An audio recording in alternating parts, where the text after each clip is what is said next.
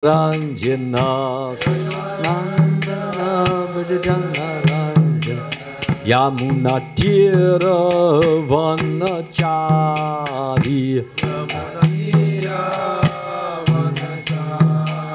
Yamuna Tira Vanachari Tira Vanachari Jaya Radha Madhava Kunja Bihari Jaya Radha Madhava Kunja Bihari Jaya Radha Madhava Kunja Bihari Radha Madhava Kunja Bihari Jaya Gopi Jana Vallabha Girivaradari Gopi Jana Jaya Gopi Jana Vallabha Girivaradari Gopi Jana Vallabha Girivaradari Yasoda Nandana Braja Jana Ranjana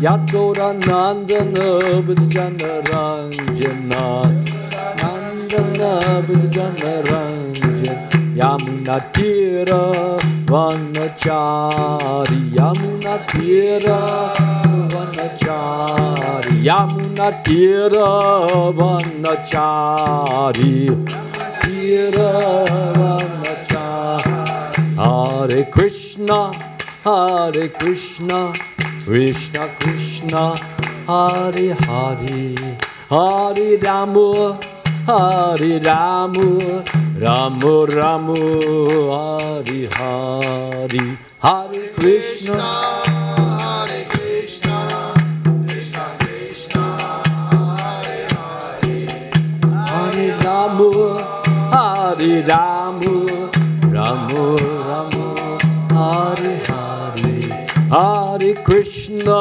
Hare Krishna Krishna Krishna Hare Hare Hare Rama Hare Rama Rama Rama Hare Hare Hare Krishna Hare Krishna Krishna Krishna Hare Hare Hare Rama Hare Rama Rama Rama Hare Hare Hare Krishna Hare Krishna Krishna Krishna Hare Hare Hare Rama Hare Rama Rama Rama Hare Hare Hare Krishna Hare Krishna Krishna Krishna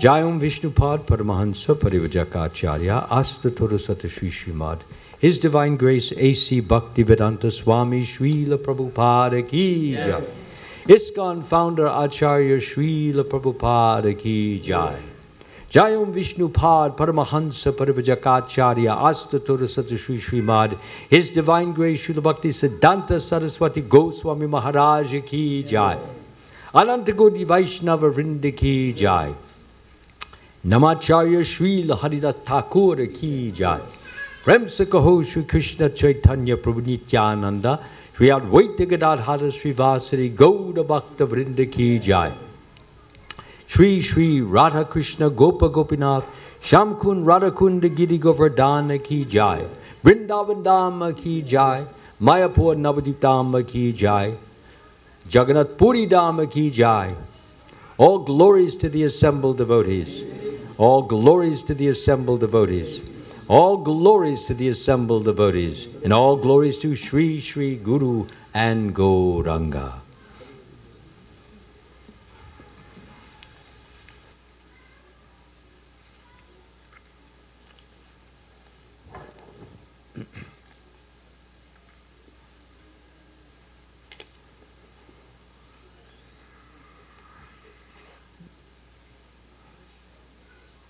All right, we begin the verse now.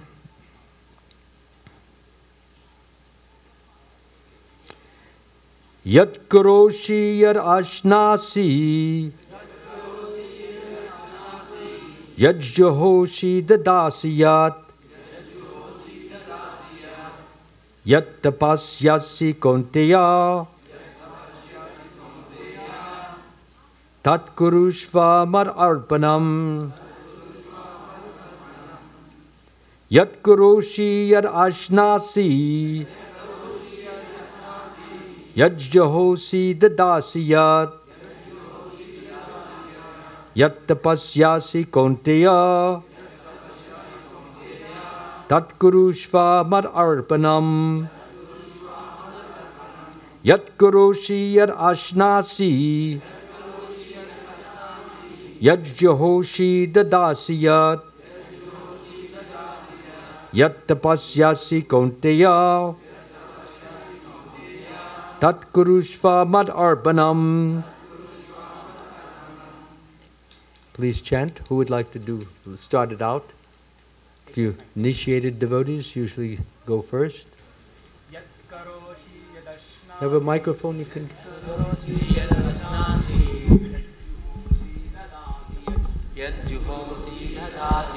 Yat tapasyasi kaunteya. Yat tapasvi konteya. Tat kurushva madarpanam. Tat kurushva madarpanam. Next.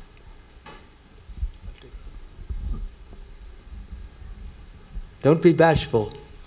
Nobody gets thrown out if they mispronounce. Yat juhosi dadasiyat. Yat tapasyasi kaunteya. Tat kurusva madarpanam. Yat kurushva madarpanam.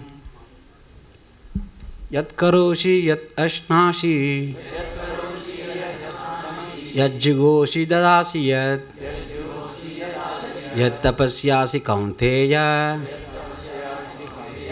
Tat kurushva mad arpanam. Tat kurushva madarpanam. Anyone in the back? Yat juhosi dadasiyat. Yat tapasyasi kaunteya. Tat kurushva mad arpanam.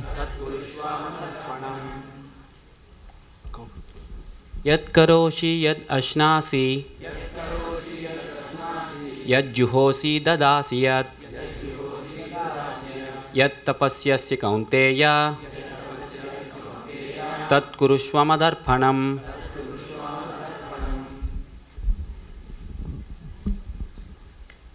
Okay, we can pass it to the ladies to the other side, please. So they can also get a chance to chant. Yeah, somebody can take the microphone there. Yes, Vaishnavis can chant now. Go ahead. Yat karosi yadasnasi. Yat karoshi yadasnasi. Yat juhusi dadasiyat. Yat tapasyasi kaunteya. Tat kurushva madarpanam. Yat karoshi yadasnasi. Yat jahosi dadasiyat. Yat tapasyasi kaunteya. Tat kurushva madarpanam. Yat karosi yad asnasi.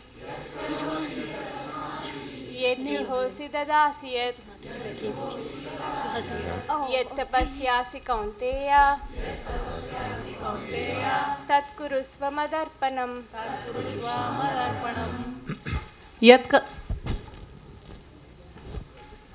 Yat karoshi yadashnasi. Yat juhoshi dadasiyat. Yat tapasyasi kaunteya. Tat kurushva madarpanam. Yat karoshi yadashnashi. Yat juhoshi dadashiyat. Yat tapasyasi kaunteya. Tat kurushva madarpanam.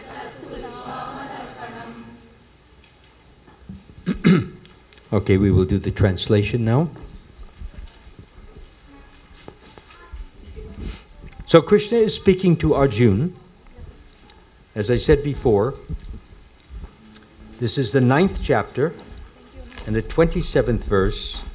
And he says to Arjuna, whatever you do, whatever you eat, whatever you offer or give away, and whatever austerities you perform, do that, O son of Kunti, as an offering to me. So please repeat, whatever you do, whatever you eat, whatever you offer or give away, and whatever austerities you perform, do that, O son of Kunti, as an offering to me. Purport by His Divine Grace, Srila Prabhupada Ki. Thus, it is the duty of everyone to mold his life, to mold his life in such a way that he will not forget Krishna in any circumstance. Everyone has to work for maintenance of his body and soul together.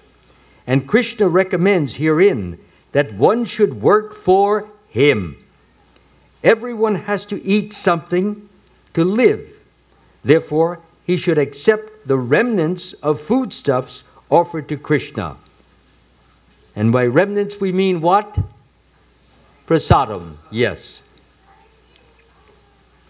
Any civilized man has to perform some religious, ritualistic ceremonies. Therefore, Krishna recommends, do it for me. And this is called archana. Everyone has a tendency to give something in charity. So Krishna says, give it to me. And this means that all surplus money accumulated should be utilized in furthering the Krishna consciousness movement. So many of you have been giving donations throughout the years, and the result is this building that we have. The result is all the facilities that we have. The result is so many more people coming now. This is the result of your charitable donations, all being given to Krishna, and Krishna is responding by promoting and developing a better, a bigger, and a better working temple. So many classes are now going on which weren't going on. So many more devotees are becoming teachers. And so Krishna consciousness is spreading. And so many more children, I see 10, 12, 11, 13, able to chant many slokas now. And many of them able to even give classes. So we see how this burgeoning, it was only a seed at some point years ago, and now it is coming into full bloom. And that is a great and wonderful opportunity for all of us to continue this growth, just to doing what Krishna is recommending here. So let me continue now. Nowadays, people are very much inclined to the meditational process, which is not practical in this age. But if anyone practices meditating on Krishna 24 hours a day by chanting the Hare Krishna mantra round his beads, he is surely the greatest meditator and the greatest yogi, as substantiated by the 6th chapter of the Bhagavad Gita. Does anybody remember that verse? I know it in English. I don't know it. Do you know it? Yeah. You can give him a mic. He can say it. Because he's a teacher. He has to know this. Go ahead. Nice and loud. योगिनामपि सर्वेषां मद्गतेनान्तरात्मना श्रद्धवान् भजते यो मां समे युक्ता तमो मतः. And translation, please. Of all the yogis who has Abides in me. Yeah, and then who's always worshipping me, who is abiding in me, thinking of me always, he is the greatest of all the yogis. And this is my opinion, O Arjuna. Yeah, that's very nice. And of all yogis, he who always abides in me and thinks of me within himself, as you just mentioned, is the greatest of yogis. So that's the point. This is intimate. When you are thinking of the Supreme Lord, you have the Lord on your mind, you don't forget the Lord, then what happens is He doesn't forget you. He keeps you in His mind. He's not just watching you, not just observing you, not just glancing at you, but actually listening carefully to you, and He wants to give His blessings to you. And the more effort that you make to express your love offering to the Lord, the more He will be very inclined to draw closer and closer to you. He will give His divine presence to you. Okay? So I will go back to the verse itself. As it says, whatever you do, whatever you eat, whatever you offer or give away, and whatever austerities you perform, do that, O son of Kunti, as an offering to me. So let us take the first thing. Krishna says, whatever you do.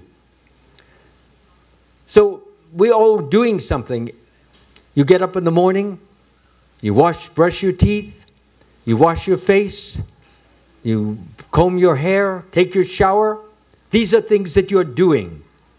So Krishna says, don't just do them to make your body clean or to make your face look beautiful, but do them for me, as an offering to me, as a sacred offering, as a way of remembering me and knowing that you are living for me. This is what Krishna wants us to do, to live for Him, to speak for Him, to think for Him, to express His thoughts in our conversations with other persons so that they may become Krishna conscious. So again, whatever you do, after that you may get into your car. Again, you're driving.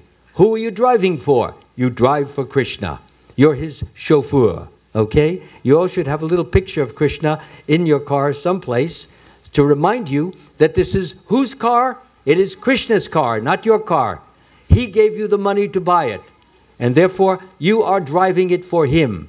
You are His chauffeur. You are His attendant. If you think of it in those terms, then if anything happens, if somebody steals your car, you'll not be upset. Because it wasn't your car that was stolen, it was Krishna's car that got stolen. And anyway, He is the one who made the arrangement for it to get stolen, so you have to blame Him. So therefore, the car belongs to Krishna, and you drive it. And if then you park it and you go upstairs or downstairs, wherever, and you go to your office, and then you do your work. So many of you I know are computer engineers.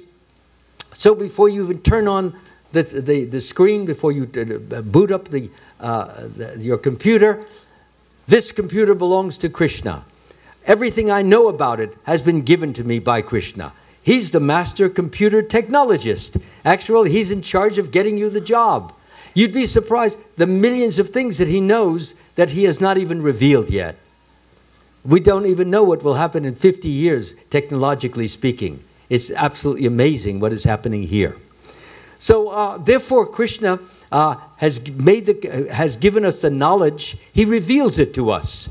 And then we get it into our head, but He deceives us into believing that we're the ones who are creating it. This is Maya. This is illusion. Maya means that which is not. So when you think you are the creator of this software, or the creator of this hardware, or the creator of this particular screen, then this is called being in Maya. It means you are saying something which is really not true. Externally and outwardly, you can take the credit for it, because actually you may have done the creating aspect, but you got the guidance, you got the information. You got it from whom? You got it from Krishna.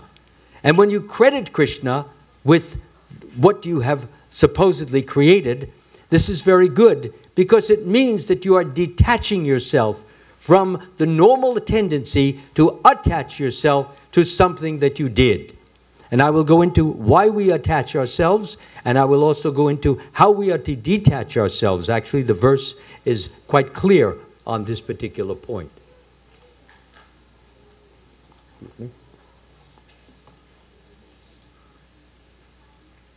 So, as I was just mentioning, everything you do should be done as a love offering to Krishna.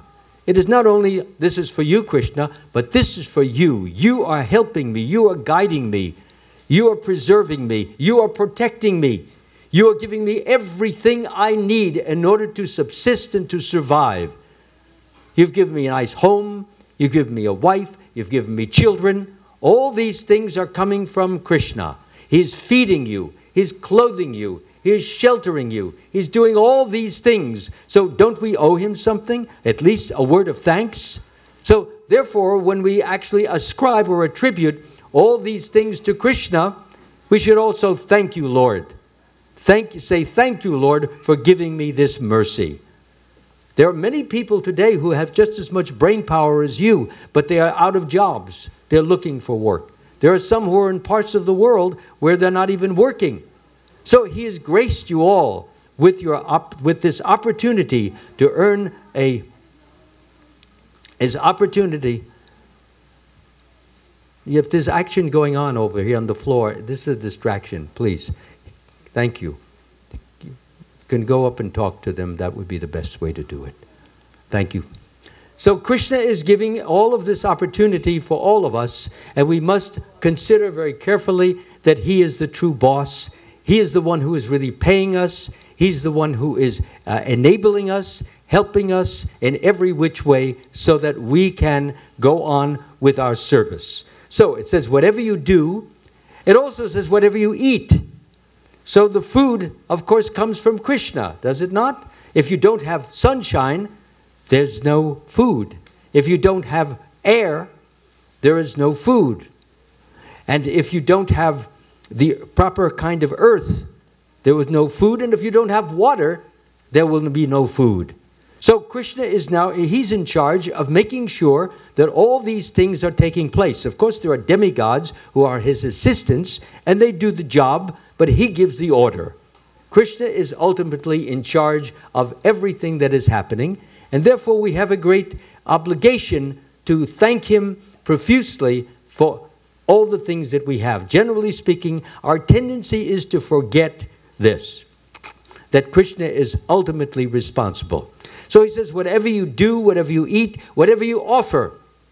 When you put something in the hunti box, I offer this to you, Krishna, not just you drop it in. This is for you, Lord. You have given me so much to be thankful for. So I'm putting this in here as a way of saying thank you. Surely you're worth even much, much more than what I'm giving. And if you give me more, I will give you more. So it's a very nice sentiment, because it means that you're not trying to hog it all for yourself. You're showing your appreciation for the Lord. And when you show your appreciation, he more and more begins to work in your heart. He says, the pure devotee is always within the core of my heart, and I am always in the core of the devotee's heart. The devotee does not know anything else but me, and I do not know anything else but him.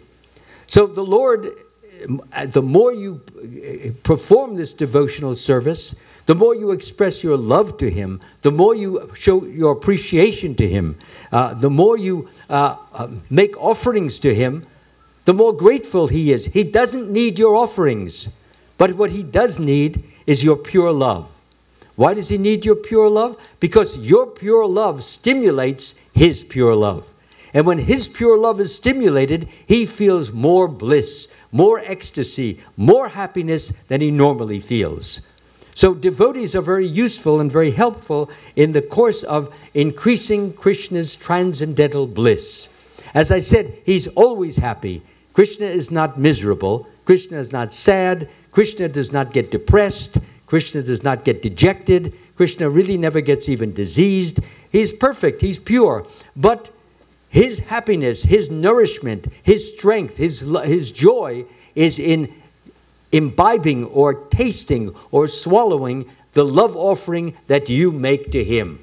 And when he takes that, if you do it with purity, purity means I'm giving you this, my Lord, simply because I owe this to you, not because, well, you know, can you help me get a raise in my paycheck next week?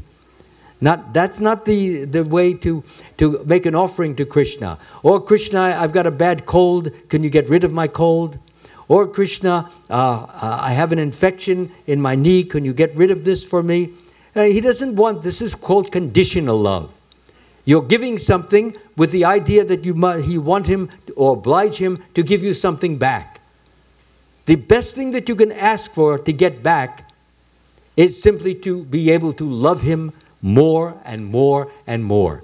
And when you do this and your love is pure and your love is perfect, then he will make sure that you have everything you need for your spiritual life, for your material life, for your intellectual life, for everything that you need to live well and live perfectly. Krishna is there to make all the arrangements that are necessary.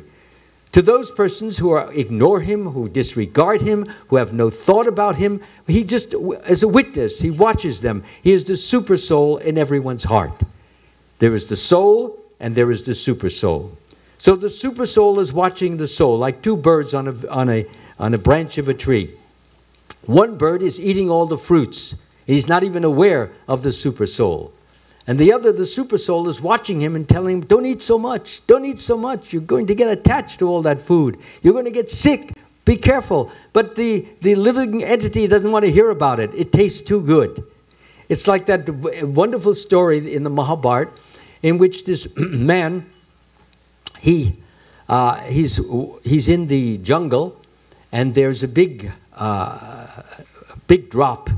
And on the bottom, there are some cobras. Actually, a whole nest of cobras. They're all lying there.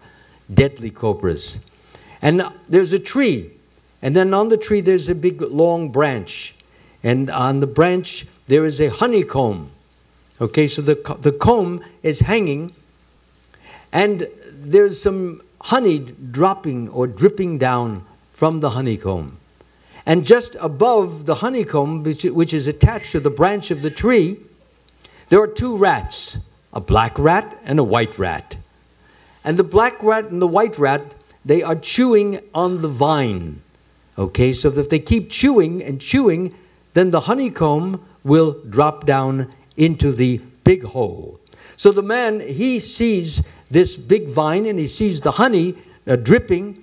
So he says, wow, that looks good. I'd like to taste some of that honey. So he takes a step and he grabs onto the vine and he's kind of swinging back and forth. And he's got his mouth open like this, and the honey is dripping into his mouth. And he sees those two rats, those white and black rats, they're chewing away on the vine.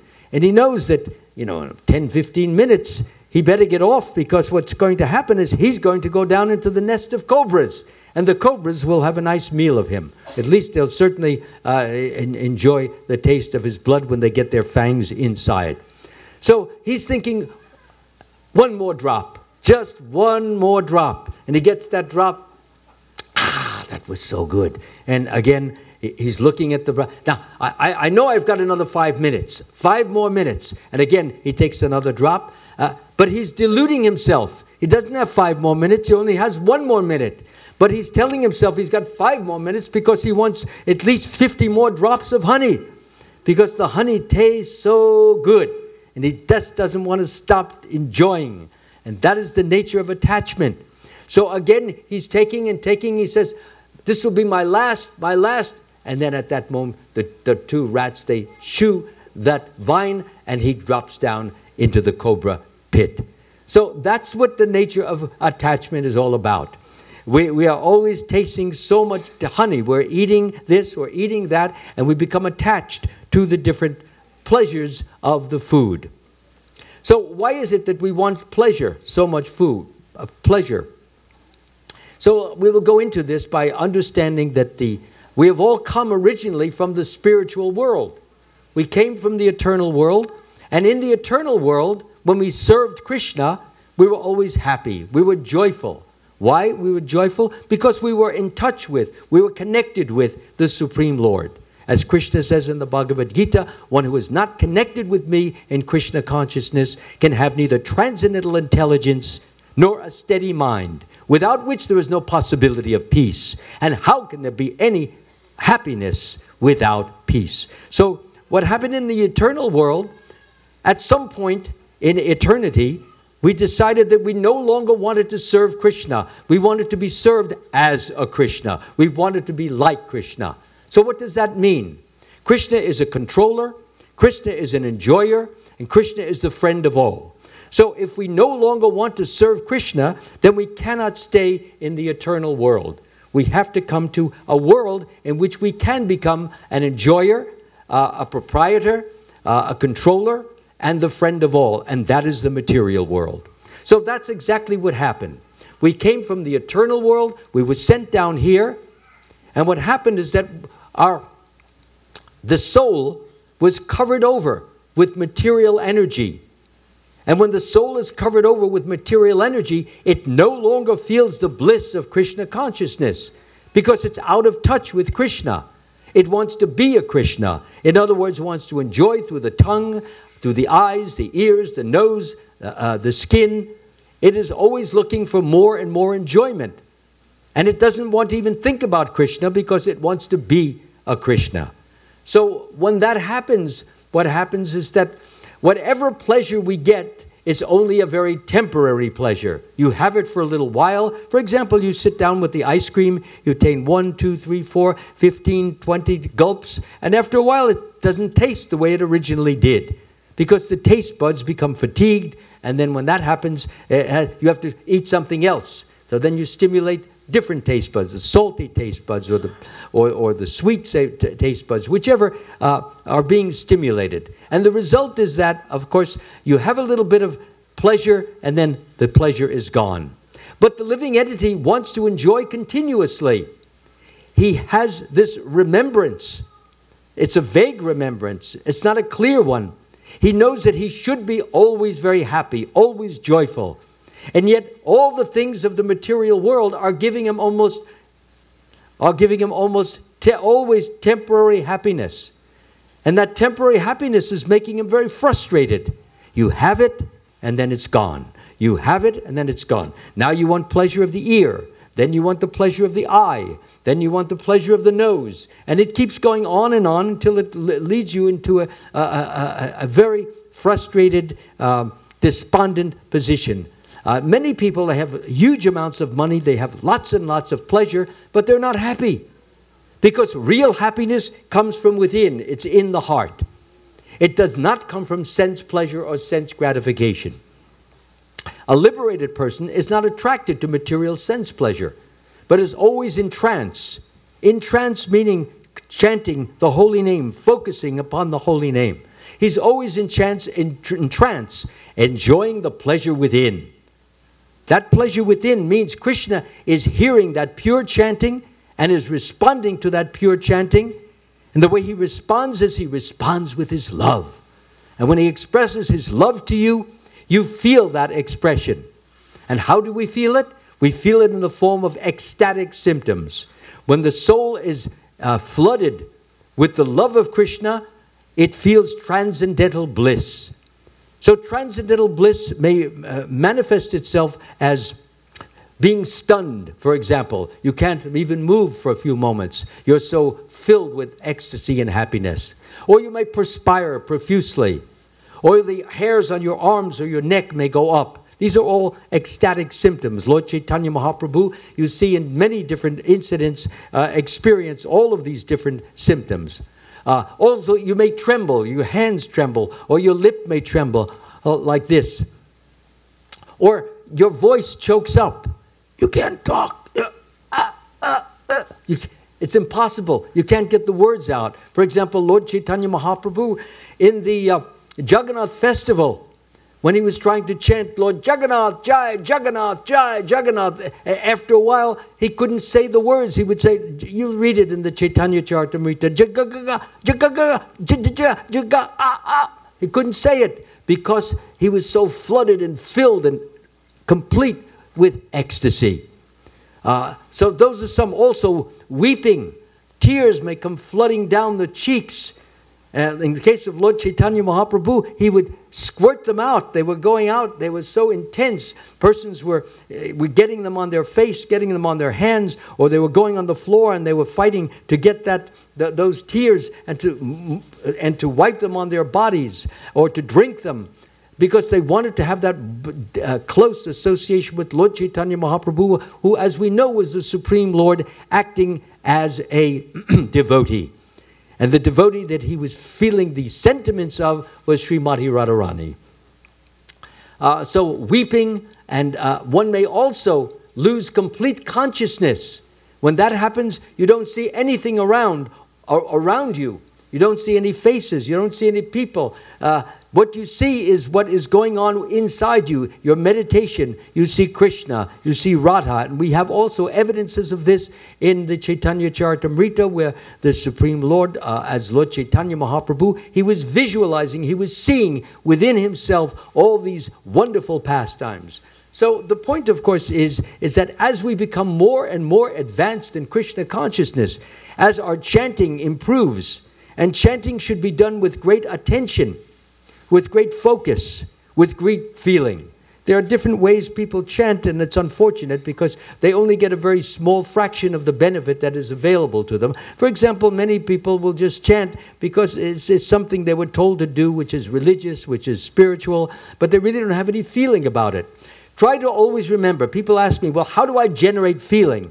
Just think, as I've already mentioned, that Krishna is feeding you today. He's giving you water, hot water to take a warm bath, running water, clean water, clothing, shelter, job, children. He's giving you so much. If you think of all these things that you love, that you treasure, that you consider precious, well then don't you feel some obligation? If somebody gives you just a simple example, somebody gives you a very tasty piece of cake, and you taste it, you say, oh, that's wonderful, thank you so much. You want to give that person a big hug because he gave you so much pleasure, is it not? So, Krishna is giving you millions and billions and trillions of times more than any human being can ever give you, and loves you more than any human being can ever love you. So, isn't it natural that we would feel some love for Krishna, and when we chant his name, that is a way of glorifying him. That is a way of adoring him. It's not just chanting just to be spiritual, just to think of myself as being a spiritual person or a righteous person or a religious person. No, I am a devotee of the Supreme Lord. And a devotee means, the very meaning of the devotee is one who has selfless affection and ardent dedication. Selfless meaning you're not asking for anything in return because he's already given you so much. All you're asking is the opportunity to offer more and more to the Supreme Lord. So this is what occurs in a devotee's heart. He tries to generate more and more love for the Lord, and the Lord reciprocates. He responds in such a way that you know that he is he is tasting your love. And the purer it is, the more pleasure he's getting. And the more pleasure he's getting, the more he wants to be close to you. As you quoted that nice verse, and of all yogis, the one with great faith who always abides in me, thinks of me within himself, and renders transcendental loving service to me, he is most intimately united with me in yoga and is the highest of all. That is my opinion, Krishna says. So, therefore, Krishna is saying that you want to be close, you want to be ecstatic, you want to be fulfilled, you want satisfaction, you want to be blissful, peaceful, happy, fulfilled all the time. Then what you do is, as the verse says, whatever you do, whatever you eat, whatever you offer, whatever you give away, you do it not to look spiritual, not to look religious, not to say to people, yes, I went to temple, but I went there to express my heartfelt love to Krishna. And Krishna responded.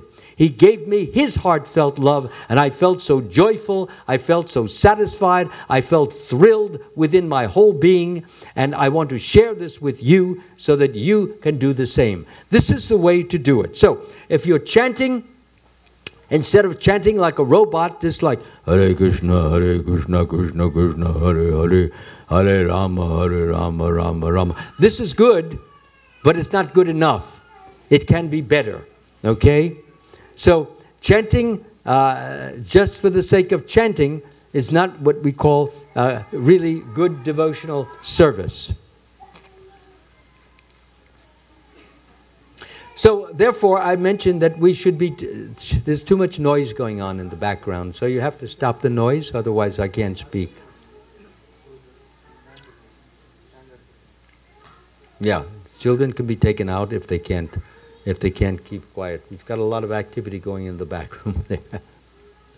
So, as I was mentioned, so how should we chant to get the maximum, how should we chant to get the maximum benefit out of our chanting?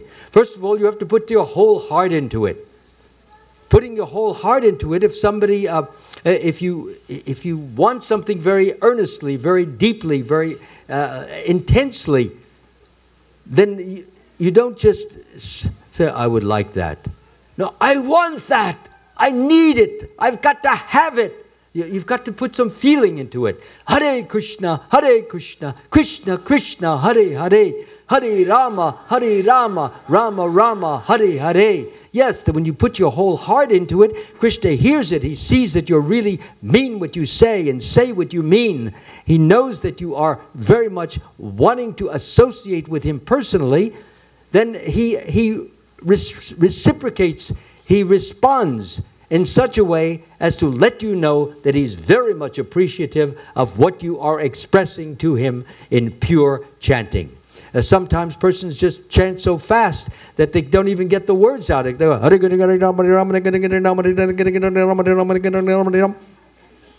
not the Hare Krishna mantra. Definitely not. It sounds like a tobacco auction. That's the way they sound when they auction out tobacco. So, yes, so please, let's all do it, and don't be in a big rush to do it.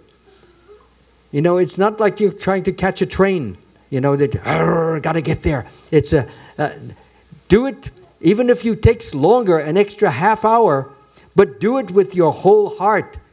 Do it slowly. Savor the words, Hare Krishna, Krishna Krishna, Hare Hare. Hare Rama, Rama Rama, Hare Hare. This Hare Krishna mantra is so important because it's the means, it's the way that we can associate with Krishna. And when we chant it with our whole heart, our whole mind, our whole being, our whole body, and all our strength, Krishna sees that and will respond to it and will make certain to take care of you as you need to be taken care of and to be guided so that you reach to a higher and higher level of Krishna consciousness. This is important. Krishna says in the Bhagavad Gita, those who always worship me with exclusive devotion, meditating on my transcendental form, to them I carry what they lack and preserve what they have. So you make sure that nobody is going to break into your home. He wants to protect everything that you have, because he knows that you need to use it for your Krishna conscious activities. Krishna also says in the Bhagavad Gita, to those who are constantly devoted to serving me with love, I give the understanding by which they may come to me. So, as he says, and to show them special mercy, I, dwelling in their hearts, destroy with the shining lamp of knowledge the darkness born of ignorance. I'll say that again. To those who are constantly devoted to serving me with love, I give them the understanding by which they may come to me. In other words, he will give you inner guidance. He will give you inner direction. He will give you that understanding. He will give you the knowledge that you need. Everything will come from within. When you read the Bhagavad Gita, it will become clearer. It's like trying to read this in a dark room. But when you actually do it with love in your heart, Krishna will turn the light on so that you can read it. I was reading with this flashlight, so it all looks pretty much of a blur to me, and I can hardly read it, let alone understand it. But when Krishna sees how sincere you are, how devoted you are, how dedicated you are, to be sincere means to be earnest about what you're doing, to not being a pretender, to not being a hypocrite, not doing it for the sake of show, but doing it for the sake of your heart and doing it for the sake of pleasing Krishna. That should be the goal of our life, to please Krishna in everything we do. Whatever you do, whatever you eat, whatever you offer or give away, do that as an offering to me. And then Krishna also says, work done as a sacrifice for Vishnu must be performed. Otherwise, work causes bondage in this material world. Therefore, perform your prescribed duty for what? for His satisfaction. And if you perform it for His satisfaction, you can be absolutely certain He will make sure that you get plenty of satisfaction. He is not indifferent. He's not uncaring. He's not thoughtless. He's not loveless. He is forever loving you as His child. So, are there any questions so far? Any questions, Prabhuji, on any of the points? Here we have a person, Prabhu, in the front. It's already on, I think. Hare Krishna, Prabhuji. Hare Krishna. Yeah. So the offer could be mental as well. The offer to the Krishna could be mental as well. My question, particularly in regard in regard to, let's say, for during the time of visit to India, for family visit, when you meet with your friends and relatives, definitely they care about that. Okay, we don't eat the onion and garlic, but it is not sure that the food was offered to Krishna. This could be the demigods or to whom they believe in. And when we were invited at their home for prasada, yes, what should we do? So you have to tell them what your present principles are. These are the orders of Lord Chaitanya Mahaprabhu. That we should first of all eat only Bhagavad Prasad. That's first of all. It should be offered to Bhagavan, not to some of these different demigods.